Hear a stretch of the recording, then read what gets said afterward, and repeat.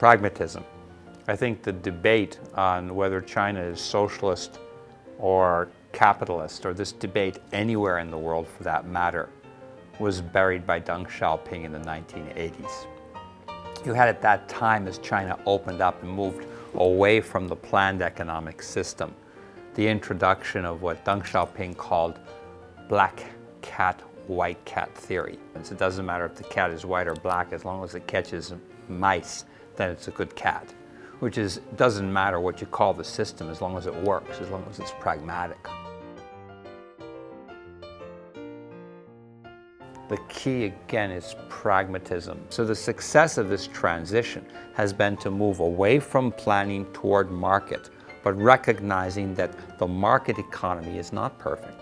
And that's where the state comes in to guide it, to push it, to create incentives, to cool it down when it gets too hot, or to warm it up when it gets too cool. And most importantly, after all of this high growth and economic empowerment, which is created through heavy industrialization, a lot of carbon, a lot of pollution, the government's now addressing the environment. It's not only addressing the environment at a national level, but it is becoming the leader on green bonds in the world, the leader of green finance, and the leader in renewable energies of all forms, and exporting those renewable energy systems through the Belt and Road Initiative to other developing countries. That's happening while America's leadership under Donald Trump is pushing America back into coal, back into fossil fuels, back into pollutants. And so it's this very, very pragmatic approach which has made the China model or the China solution.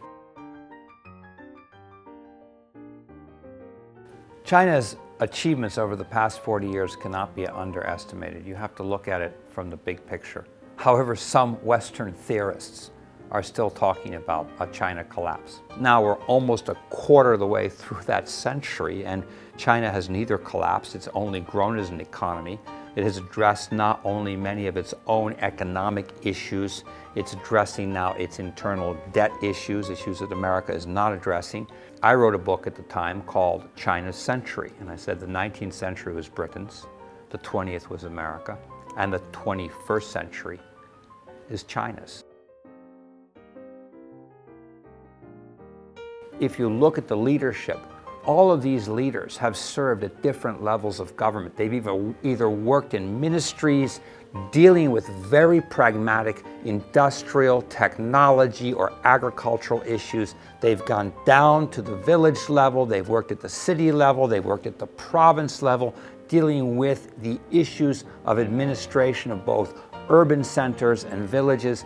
They've worked in enterprises. Some of them have been shifted over to the financial sector to work in banks before they eventually get to the top of the government. So when they're sitting there at the top of the government, you can't tell them a story. They know how the system works, and they know the pragmatic technical aspects of how to balance books, how to deal with development, how to deal with people, how to deal with people's lives and their aspirations. So again, I think from the point of view of economic development, and let's get on with pragmatism, and let's do something that helps people. Because ultimately, the role of every government is to reduce people's suffering and try and get them a better life.